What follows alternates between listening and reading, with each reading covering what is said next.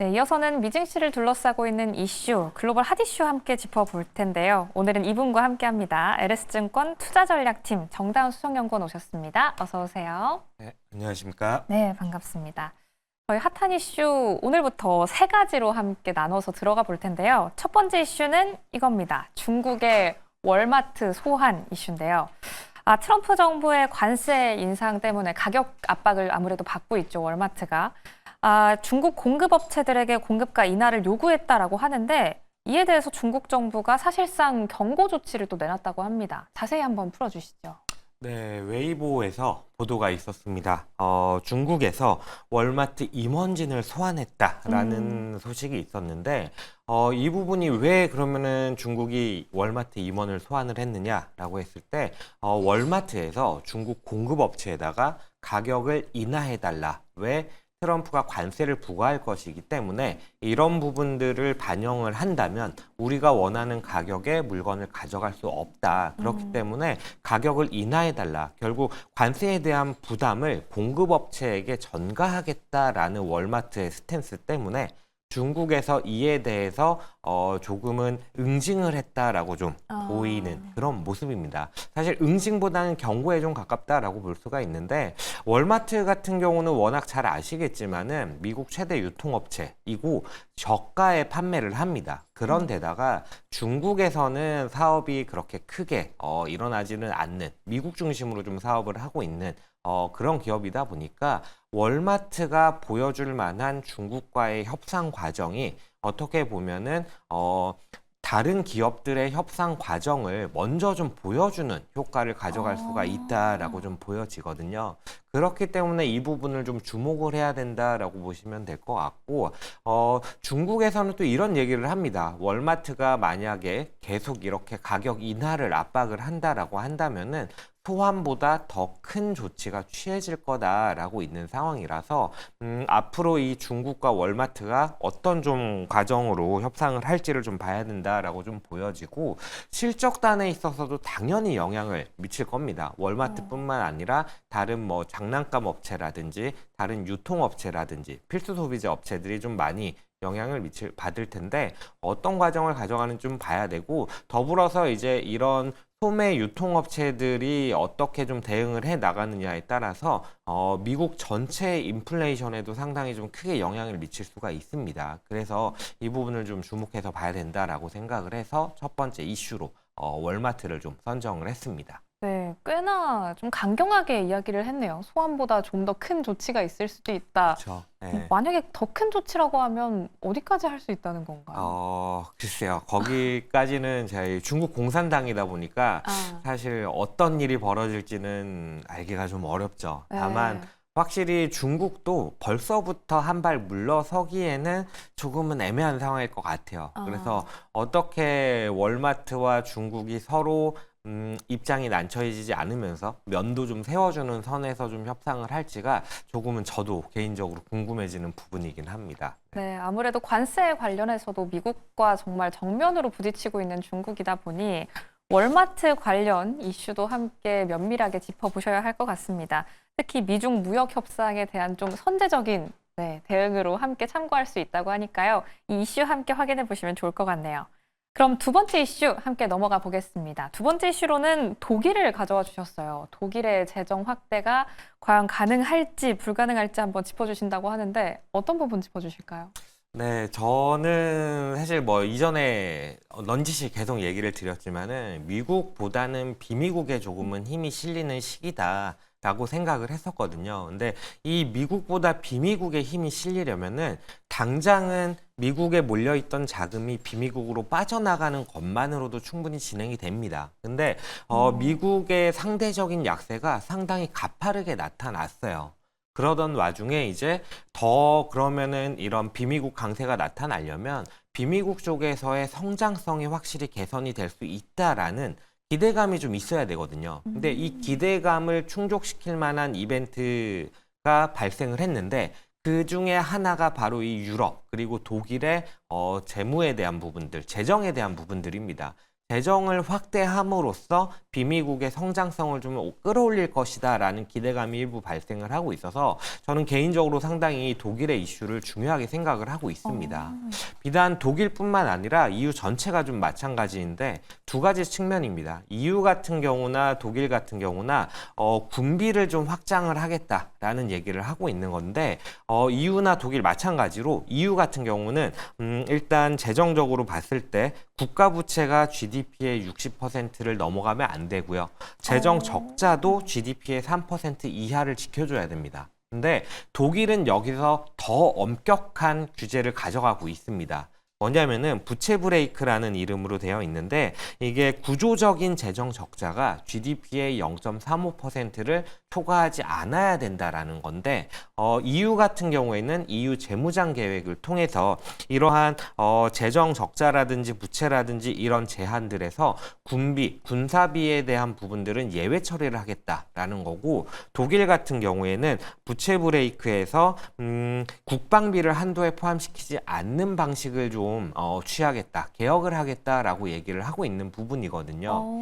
만약에 그렇게 된다라고 했을 때에는 금액적으로 보면은 상당히 큰 규모, 한 우리나라 돈으로 한 50조 원에 달하는 정도의 재정적인 여력이 독일에서 발생을 하고 독일이 유럽의 수장 같은 역할을 해오고 있기 때문에 EU 전체적으로도 좀 이런 흐름들이 이어질 수 있다라고 보여지거든요. 그래서 저는 좀 중요하게 생각을 하고 있고 다만 지금 정치적인 노이즈가 좀 있습니다.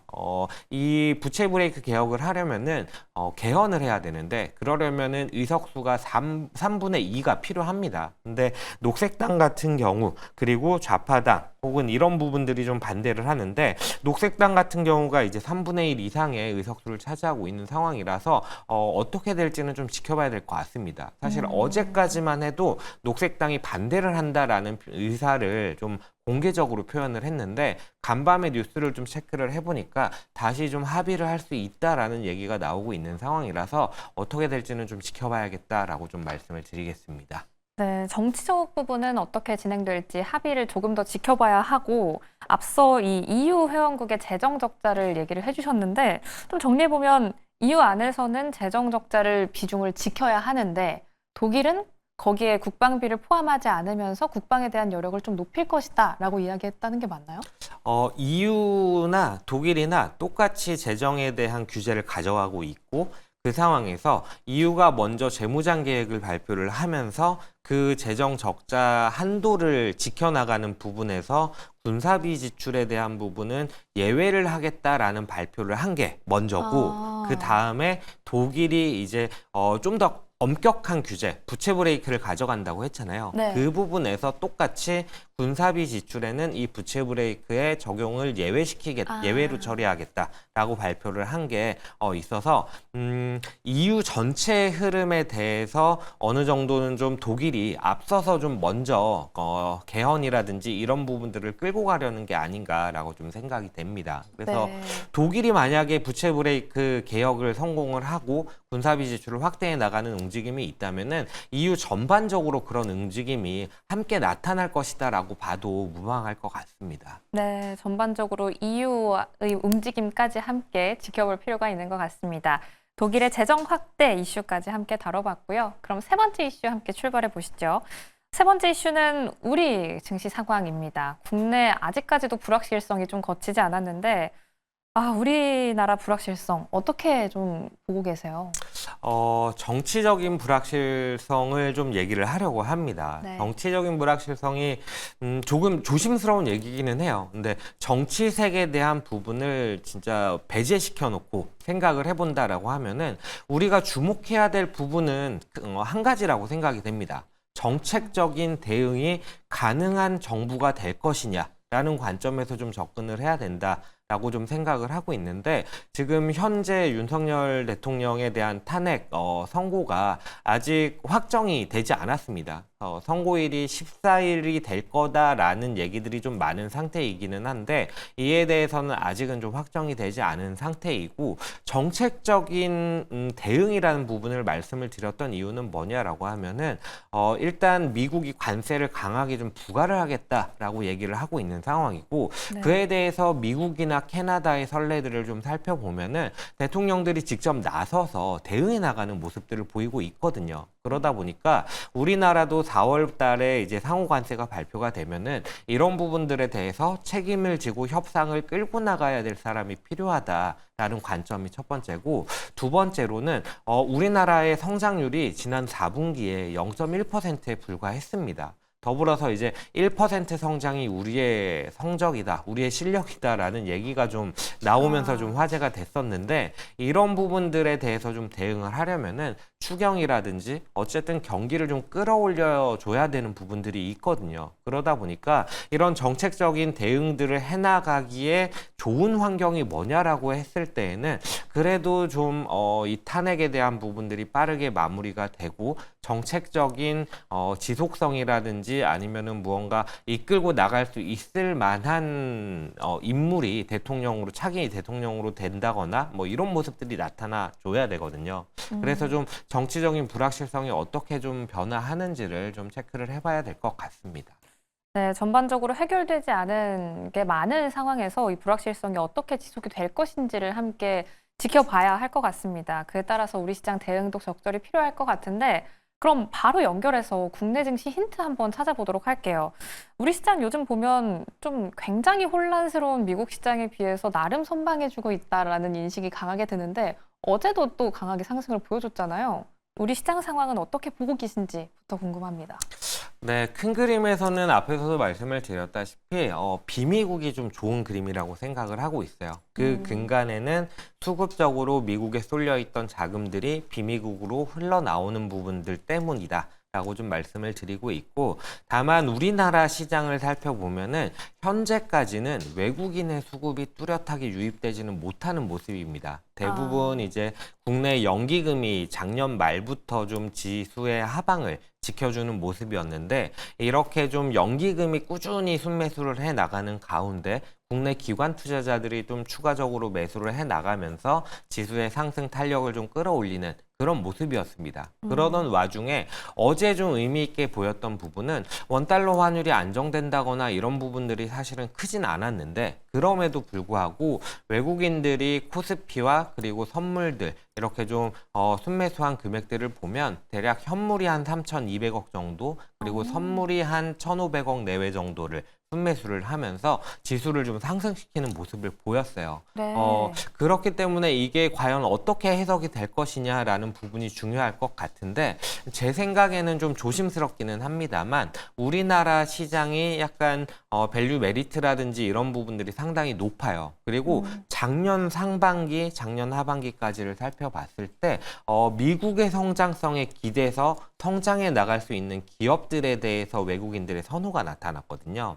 그 부분들이 다시 좀 나타날 수 있느냐가 저는 좀 관건이다라고 좀 생각을 하고 있고 만약에 그런 흐름들이 이어진다라고 한다면은 이전과 같은 뭐 조선 방산 기계라든지 아니면은 반도체 같은 그런 기업들을 중심으로 외국인들의 순매수가 좀 이어질 수 있다. 종목들이 좀 좋을 수 있다라고 좀 보여지는 상황입니다. 네, 외국인 수급이 이어지는 종목 위주로 큰 반등을 보여줄 수 있다라고 이야기를 해주셨는데 반도체도 함께 언급을 해주셨어요. 아무래도 어제 우리 반도체주가 좀 강한 상승을 보여주기도 했고 또 간밤에도 엔비디아가 급등을 했다 보니까 오늘도 반도체주를 조금 기대하게 되는데 연구원님은 반도체주를 어떻게 보시는지 혹은 또 요즘 관심 있게 보고 계신 섹터가 있는지도 궁금합니다. 개인적으로 저는 반도체 쪽에 대해서 반도체 인프라 투자 자체를 긍정적으로 보냐라고 했을 때에는 조금 애매합니다. 기저효과라는 부분을 저는 좀 주목을 하거든요. 엔비디아 같은 종목을 좀 보시면 될 것 같은데 너무나 좋은 기업입니다. 너무나 좋은 기업인데 이 엔비디아의 칩을 사가는 빅테크들의 캐펙스를 살펴보면은 2분기부터 이 기저효과가 급격하게 나타납니다. 여전히 성장률은 높지만 빠르게 하락하는 구간이거든요.